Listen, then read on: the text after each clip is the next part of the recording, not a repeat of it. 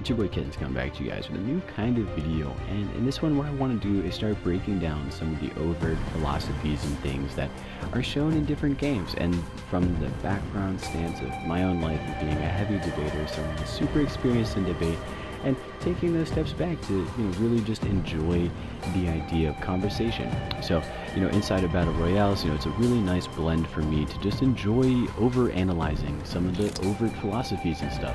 So the first one of it, I'd like to say that really when you're looking at someone else's expression of philosophy, I feel like the only fair way to do that is to analyze the art, and the main function of that is for like parents that are like 30, 40, 50 or something. They're like, oh, should I let my 10-year-old go and shoot a bunch of stuff? Because when I was a kid, the struggle was like, can you shoot aliens that have blue blood? You know what I mean? And my mom was mad about that for Halo. So, for me as a man, I'm right about 27, 28. Inside of the Christian philosophy, you don't need to know how old I am. Mr. Christian guy over here. Just enjoying some of the overt philosophy. So for me as a person, some of the major things that stick out are like the Lifeline, where they had like really cool from the ashes. I think it's really cool, stuff like this where they have some dark art where it's like skulls, skull belt, and little devil horns and like flames and stuff, and like when you're playing you see like only really the orange hands and the fingers and stuff, and it's really cool. But for me as a person, that's one of the pieces of philosophy that I ended up sitting on, and I was like, is this satanic and evil, or is this just an artistic expression of like dragon horns and like sharp spiny stuff on the side and like black shiny gradation in color with the different browns and leather style? You can honestly kind of tell that she's like wearing some leather and like some metal stuff, and it looks pretty sweet. Like for me as a person, I think like fantasy-esque, it's super sweet. But for a kid, or an adult, you might be sitting there like, yo, like this is actually pretty evil looking.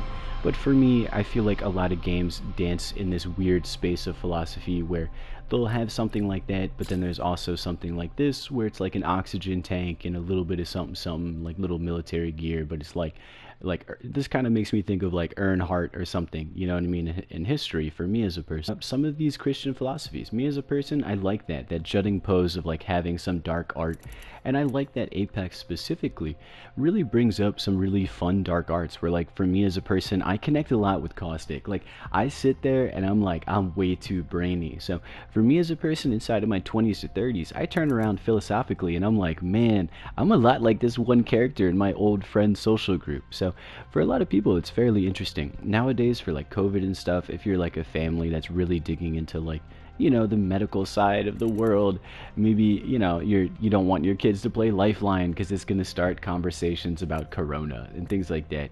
So I like how a lot of the stuff here honestly is very relevant to the times. That's another major philosophy thing where a lot of mainstream games that are commonly played by streamers and things like that, commonly seen by kids, have that current stream of like, there is some medicine characters and maybe they'll say a line about medicine, and it's like, yeah, like that's basically like these weird philosophical conversation starters if you actually enjoy the game with your kids.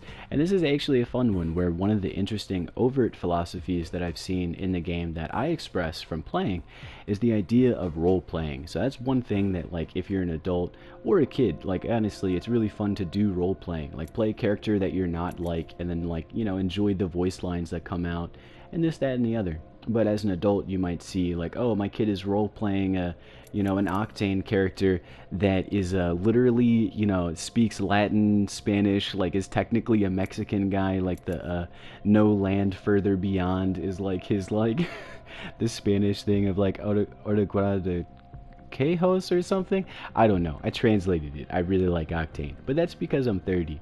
But like for someone that's young, you might have your kid like, no, don't play the Mexican character that jumps over walls. So there is a certain aspect of that as well, but where the role play does affect current times and the way that people think about it. So I feel like honestly that's a fairly well-rounded idea of multiple ideas that you could run into as a person, from my lens of like 20 to 30 Christian guy, that as an adult you might not want your kids to run into, or you might be sitting here like, yeah, it's just role-playing, dummy. So hope you guys have enjoyed the video regardless. It's been your boy Kittens, enjoying one of the first overt philosophy videos for a video game, and I feel like that's right about there. So enjoy your day, guys. Peace. This is where it ends.